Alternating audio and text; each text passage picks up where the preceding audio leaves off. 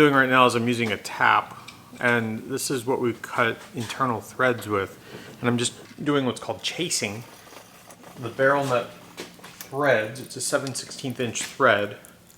And this is the part that goes into the spider and holds the tension rod. I will eventually get these chrome plated, but for now I just want to get them cleaned up. I'd say the majority of what I'm cleaning out of this is just dried up grease. The next step, I'm going to get the tension rods cleaned up, and these are steel tension rods. So I'm just going to kind of wipe them down, give them a once over, and eventually send them to the chrome plater to get them completely replated. In the meantime, I just want to chase that thread.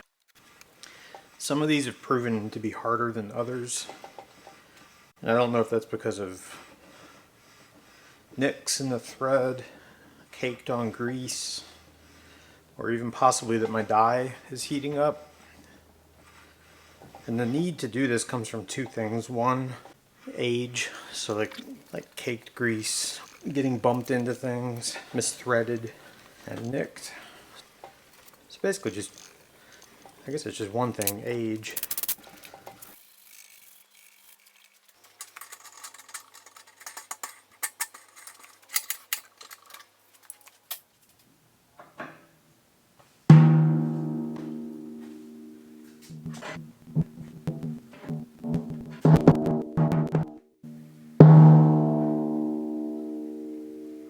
I'm so happy right now. One down, one to go. The drum, it looks good, it sounds good, it feels good. Yes, it has a cheap head on it. That's on purpose, because I'm basically going to waste that head taking it on and off a couple times. But man, the pedal is smooth. It doesn't feel weird in any way. The spring is just right. I think I nailed it. I feel like I'm bragging, but I feel like right now I earned that right. I mean, holy shit, like I am happy with this. So, hopefully the 28 goes just as well.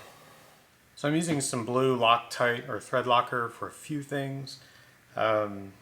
Eventually a lot of these will be replaced with red Loctite or the permanent stuff. For instance, the knobs that go on top of the tilters. That's just gonna get some blue Loctite for now.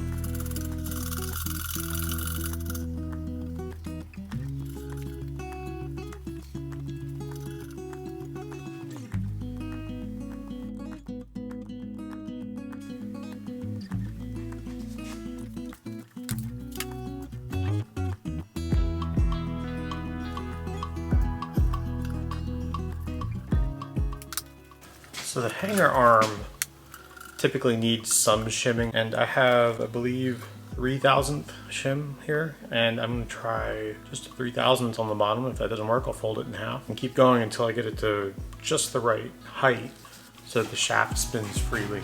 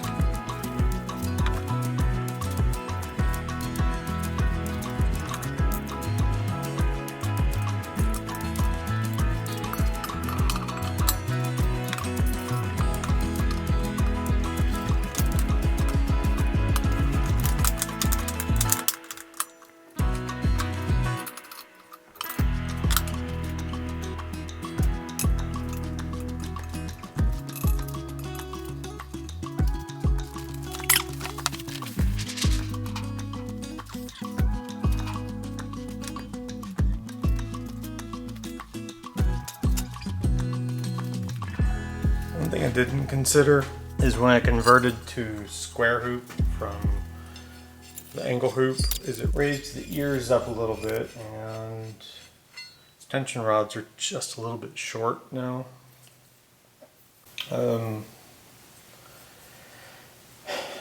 I guess, you know, one way to fix that would be making tension rods. But I think they'll be fine. They'll just be really, really close.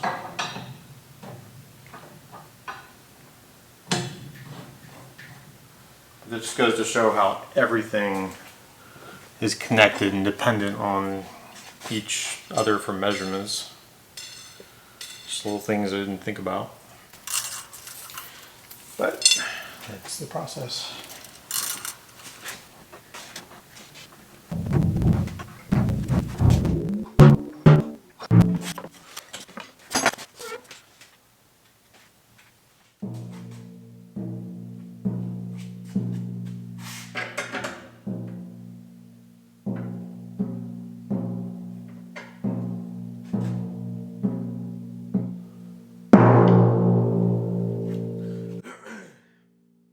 So right now my concern is that the tension rods are not long enough.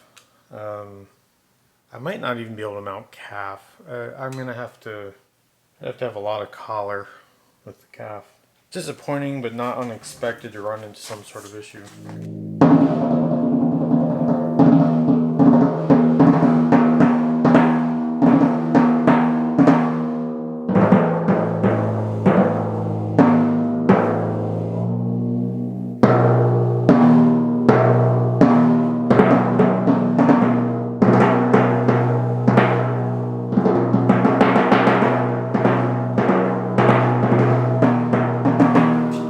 Thoughts from playing them for like 2 minutes. The 25 sounds better, and I think that has to do with the fact that the tension rods are just a little bit longer, just because of the way it works. 28 kind of has a more dead feel to it. It's not bad, but I think what it is I didn't spend as much time really getting it put together. I think, unfortunately, I'm going to have to make some new tension rods that are longer. I would say a good inch and a half longer than what these are. And again, the reason being is that the ear was originally meant to go on the side of an angle hoop, and that sits closer to the top of the head.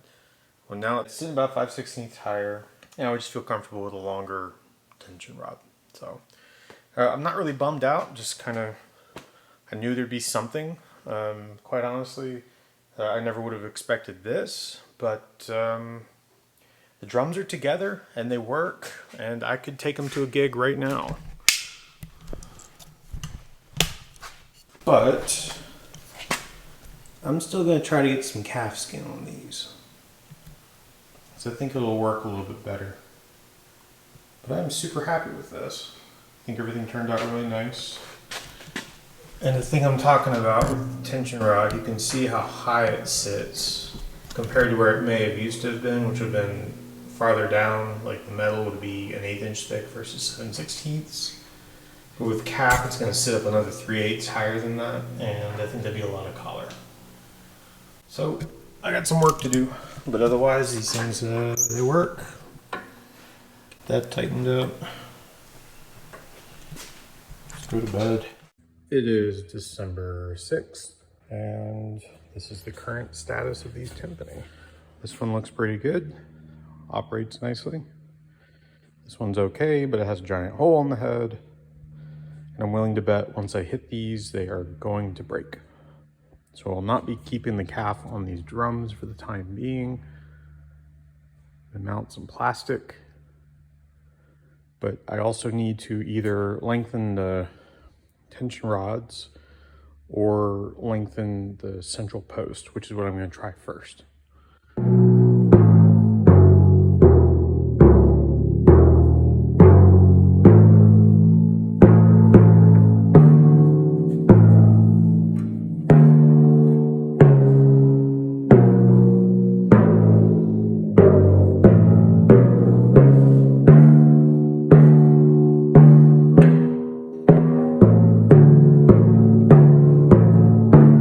Teacher Daniel here. Ended up making new central posts for both the timpani. I think that's a better option than making 16 tension rods. The calf prototypes that I tried on the timpani just didn't end up working. They were too brittle. They sounded and felt really nice for about the 30 seconds that they lasted. So I ended up putting plastic on and played that on the early December gig I had that was a Bach cantata. And that served as a shakedown, which gave me a to-do list on things to fix, details to mind on these drums. So hopefully you'll subscribe and like this video, and when the next episode comes out, you'll be notified, in which we're going to chase that to-do list and hopefully fix a rather major problem on one of the drums. Thanks for watching. See you next time.